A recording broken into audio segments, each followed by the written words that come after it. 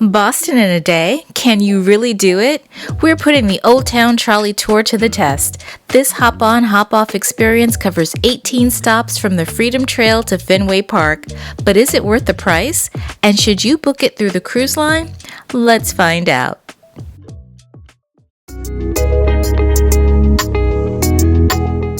Here's what you need to know before hopping on. The Old Town Trolley has 18 stops and will take you about 2 hours if you decide to ride it once through. For this trip, we arranged our hop-on, hop-off ride through the cruise line. You can arrange your own tour by working directly with the Old Town Trolley Company. The catch is you will not be able to walk right outside of the port and board a bus. Instead, you'll have to take a walk the length of the port to the next bus stop to wait for your trolley. Arranging the tour through Princess at last check will cost you $79.95 per person. The price differential is really huge, and for what the cruise line charges, you could get a 2-day ticket directly from Old Town Trolley. We chose to go with the cruise line because we didn't want to have my mom take that long walk to the bus stop. For this visit, we decided to simply take in the sights of Boston from the comfort of the tour bus. And here we'll share some of the highlights of that tour with you so that you can get a flavor of what to expect on your Old Town Trolley Tour.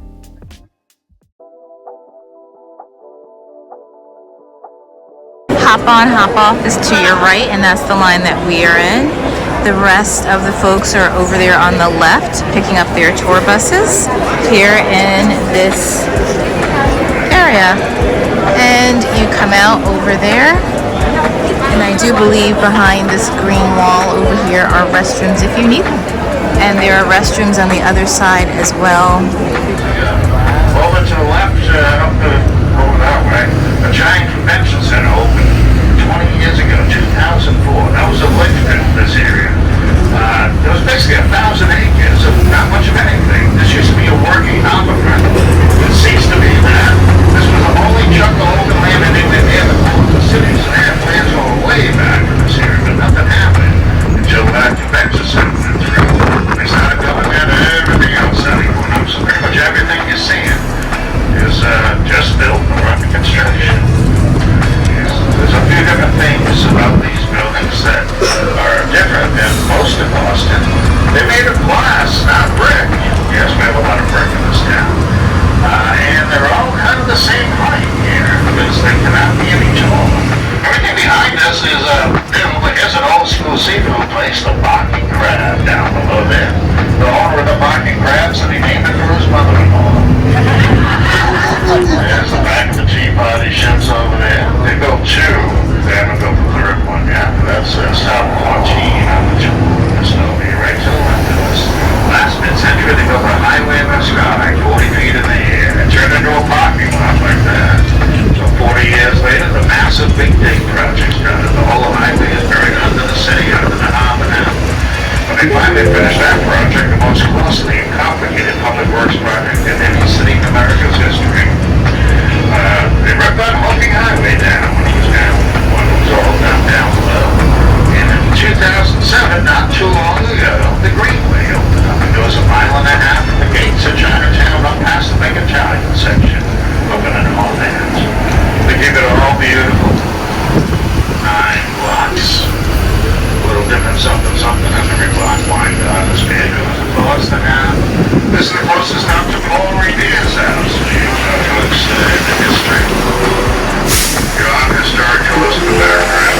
And at least the annual history here, the first few stops. We got some here in town. Directly across the street is Quincy Market, Faneuil area. Next to that's the Blackstone Block, an old commercial block from the early colonial days of Boston. Settlers came to Boston back in 1630. They were called the Puritans. That was, in this era right here was the jumping off place for centuries for various waves of immigrants that came on through. The British merchant class followed that first group. A few Chinese wandered by. Big wave of Irish filled the neighborhood up. Over time, the Jewish enclave developed among the Irish. For the 1920s, it was 90% Italian through here. It's more of a mixed neighborhood these days, like maybe 30% Italian. But with the 100 or so restaurants and bakeries and cafes strewn throughout the charming narrow streets of Boston's North End. Most of them being Italian places. It's the Italian section. There's even a 24-hour bakery down here if you need a cannoli fix in the middle of the night. This is the place to come. Now, right up over here on the left-hand side is Copp's Hill Burying Grounds. That's one of the historic graveyards. You can tiptoe through the tombstones during the daytime hours. See water today? There used to be more water. Land was built in everywhere. Some areas vast amounts. So we're rolling into stop number 3 here, the historic Charlestown Navy Yard. This is where you find America's ship, the Constitution. Here also World War II era destroyer, similar to what they used to build down here in the Navy Yard back in the day. Up ahead is the Constitution Museum. That is open today, and there's good stuff to check out up in there. And if that's not enough, up the hill is the Bunker Hill Monument and Bunker Hill Monument Museum. Tuesdays or Sundays you can climb all 294 steps to the top and pass out. That's where the first great battle of the American Revolution happened. Right up there, which I'm going to tell you over there. Open the Greenway. That's not new. Really not that new anymore. Opened in 1995. There was an old original. The family that runs the Bruins, they own all the stuff over here. Celtics just rent space here. The Boston Bruins, an original 6 hockey franchise, 6 Stanley Cup titles throughout the years, and the legendary Boston Celtics, 18-time world champs. So the new garden was built 9 inches from the back wall of the original. More recently, about 8 years ago, a few buildings were built on the site of the garden. The family that runs the Bruins, they built all these buildings. The big entertainment complex down below, they go hand in hand with the arena. There's a hotel, a supermarket underground, movie theater, new expanded pro shop, piles of new restaurants, a smaller consummate new golf simulators. Oh yeah, they want to get all your money when you get down there. There's also the New England Sports Museum up inside. You get half-price admission with your trolley ticket. By the way, right to the left here on that corner, that's where the telephone was invented. No, not Verizon. That's where Alexander Graham Bell and Mr. Watson had to right there. Right over here in the corner, this is the Boston Public Market. It's pretty new. Opened about a decade ago. All sorts of little farm stands, eateries, good snacking options, locally produced chocolate and honey and cheese inside, locally grown seafood, gelatin. They got cooking classes and demos and various things going on inside. So if you check out some of the other stuff ahead, you may want to pop in there too. So that's pretty new, and it sits next to something really, really old, the Blackstone Park. Now we got old buildings scattered all over the town, but the Blackstone Park is a largely intact commercial park from the early colonial days of Boston.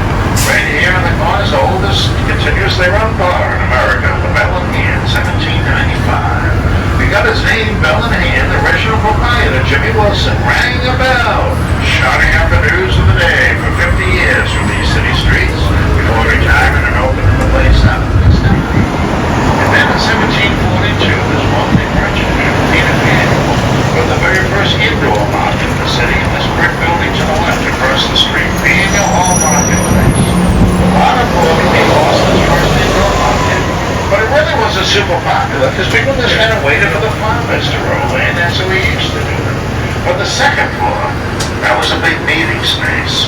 And that's where most of the meetings, arguments, debates, discussions, what have you, for all the events leading up to the American Revolution took place right there on the second floor of Faneuil Old State House with shared space between early colonial government and the British royal government. You see up on top the lion and unicorn, the symbol of England and Wales. Now those happen to be replicas because we ripped the originals off the building and burned them in a bonfire. July 18, 1776, right after they read the Declaration of Independence for the very first time in Boston from that balcony right there. And every single 4th of July since then, It had a public reading of the Declaration of Independence from that balcony every single year. This is the oldest burial ground in Boston, or opened when Boston opened in 1630, King's Chapel Burial Ground. Will Knowles from the Midnight Rides buried here, the first lady who stepped foot off the Mayflower on Plymouth Rock. Mary Chilton, the first Puritan governor, John Winthrop. Omni Park House over here, this is the oldest continuously run hotel in America. I could do a half-an-hour tour just in this hotel. It has an amazing history. I'm going to mention a couple quick things right now. This is where they invented Boston cream pie. Oh yeah, go get some of that. Yeah. This is where JFK proposed to Jackie. The burial ground, the Granary. Maybe the most famous small burial ground in the country. 3 signers of the Declaration of Independence laid to rest here. Mr. Sam Adams being one, Robert Tree Payne, and John Hancock. All of Ben Franklin's family is here, parents and siblings. Paul Revere is buried here, right next to all the 5 guys who died in the Boston Massacre. Phyllis Wheatley, first published African-American author. Right here you get James Otis down the corner here. Taxation without representation is tyranny, man. Yeah, this is old-time Boston down on the flats of Beacon Hill. Antique shops, teas, ice cream shops, chocolate shops, and bakeries. These street lamps, these were installed back in 1912, a little early downsizing the lamp lighting industry. We used to have to go around, light them up one by one. These just stay on 24 hours a day. Up on Beacon Hill is where the well-to-do live, the elite classes, the upper crust, high society. They call it the Boston Province. Still going that way, but a she part of town. Stop number 7, the Cheers Bar.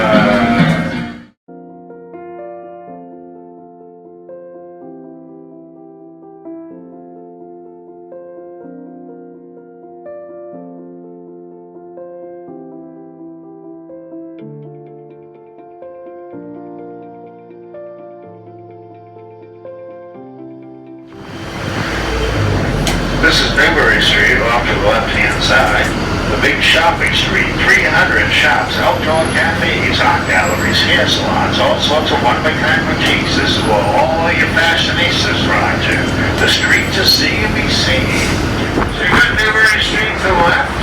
Up underneath the Prudential town, there's a big giant mall, an indoor mall, which connects to another indoor mall, the Copley baseball. So there's 2 interconnected indoor malls just around the bend here, and it goes on and on and on. It's a walking stop to Faneuil Park. They do tours of Faneuil year-round. Also, the Maparium just up across the way here, around the corner. Massive stained glass over the planet. 30 feet high, 30 feet wide, a catwalk rolling to the middle. And journey to the center of the earth. It's just around the corner, that's it, on the church, top of it. And one of the largest big organs in the world inside. This is probably the most spectacular building in town. The Mother Church is the first church of Christian Science World Headquarters. They have a new church, they run the Christian Science Monument, this tall building, which is actually a fairly well-regarded big reflecting pool. This fountain, which goes almost twice as high when they have it really cranked up. On real hot summer days, I've seen over 100 kids splashing in and out having a grand old time. Where's our next stop? Anyone want to get off here? The trailer stopping in the chan right up over here. That connects the 2 malls together. Prudential Mall to the left and the Copley Mall to the right. They decked over I-90, which is down below here. I-90 is the longest interstate in the country. It goes from Boston clear up to Seattle, Washington. That's a long road. When they put the interstate in, it bisected and took apart the back bay from the south end. So they decked all this over, built 2 big hotels and a big fancy mall here. So this kind of reconnected this whole area, which the highway or interstate. Plaza Hotel, the Grand Dog of Boston Hotels. It opened in 1912. Most all the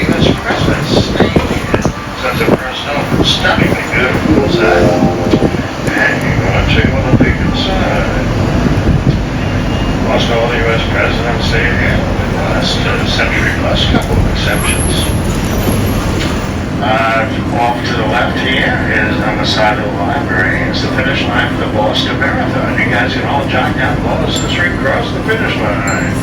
Get the glory without those miles of pain. This church here on the left-hand side, that's the new Old Town Church. It's done up in Italian Gothic style. The tower on that thing's pretty tall. When they first built it, it was 20 feet higher. It started to lean. So they ripped it down and rebuilt it stronger and shorter than the original. And this is Trinity Church over to the right-hand side. Considered a masterpiece. Engineering marvel to do. It's considered one of the 10 most beautiful churches in the country. 100 timbers hold up a massive weight of Trinity Church, 2,200 all bound on that main tower to keep it from sinking into the earth. So next up is back on Charles Street, just on the other side of Boston Common, the Public Arts. It's the closest up to Chinatown. Chinatown's about 2 blocks up.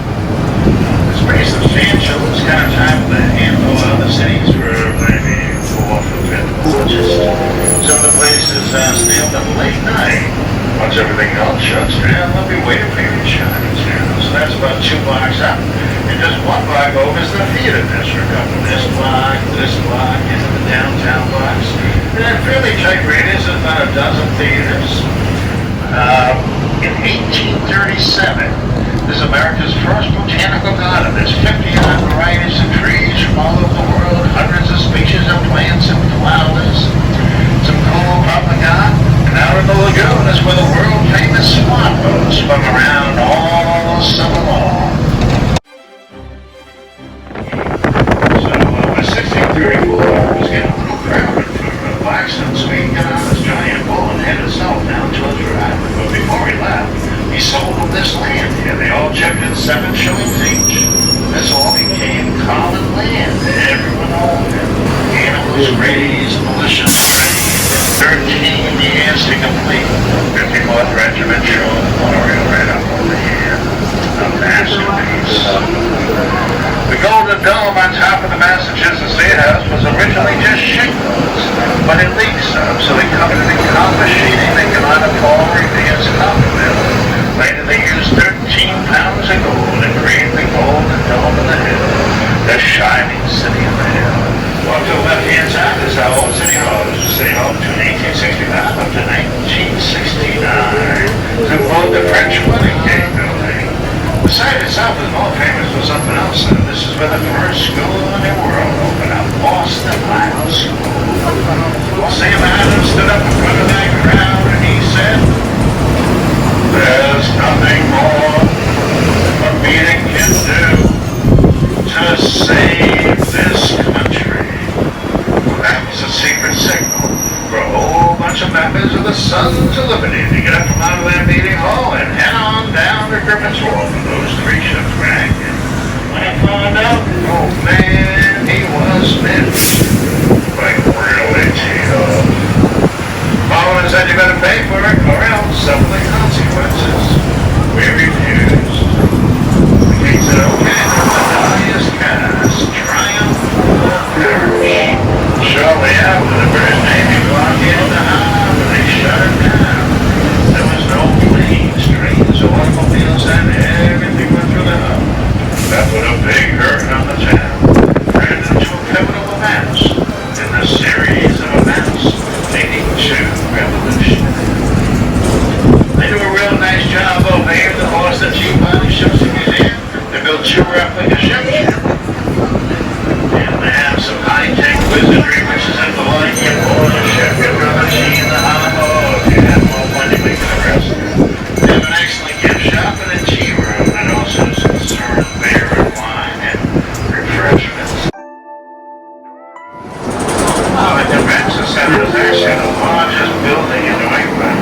You can fit every NFL football game simultaneously inside the space. So that's all brand spanking new.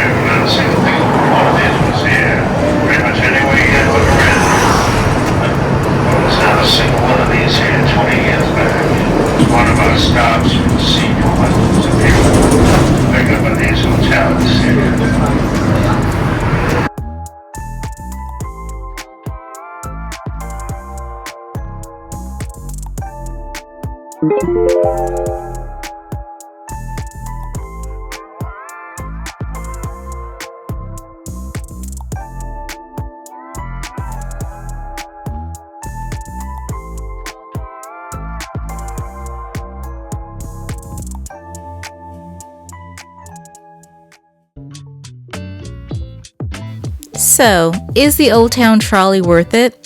For a single day visit, it's a fantastic way to see Boston, and booking on your own saves you money. We really are Old Town Trolley fans. No matter what city we visit, if hopping on one of these buses is an option, we always grab tickets. We find it to be one of the easiest ways to get an overview of a new city and to get around a city if we're traveling without our car. Even if we do have our car, we don't want the hassle of driving from place to place and looking for parking at every stop. That said, if everyone in your party can do the walk from the cruise terminal to the bus stop, we'd recommend going directly to Old Town Trolley and saving yourself some money. Would you take this tour, or would you rather explore on your own? Let us know in the comments below. And while you can hop on and hop off all day, some spots are a must visit. Check out our Boston playlist to see where we spent our time. And don't miss out on our next video in the Enchanted Princess series, where we visit Bar Harbor and explore Acadia National Park. We hope that you enjoyed this quick tour of Boston and that it's helpful as you plan your next trip. Thank you so much for watching. Please remember to like, share, subscribe, and turn on the notification bell so that you know when the next adventure begins. And no matter where your next adventures take you, we hope that you enjoy the journey. Bye now.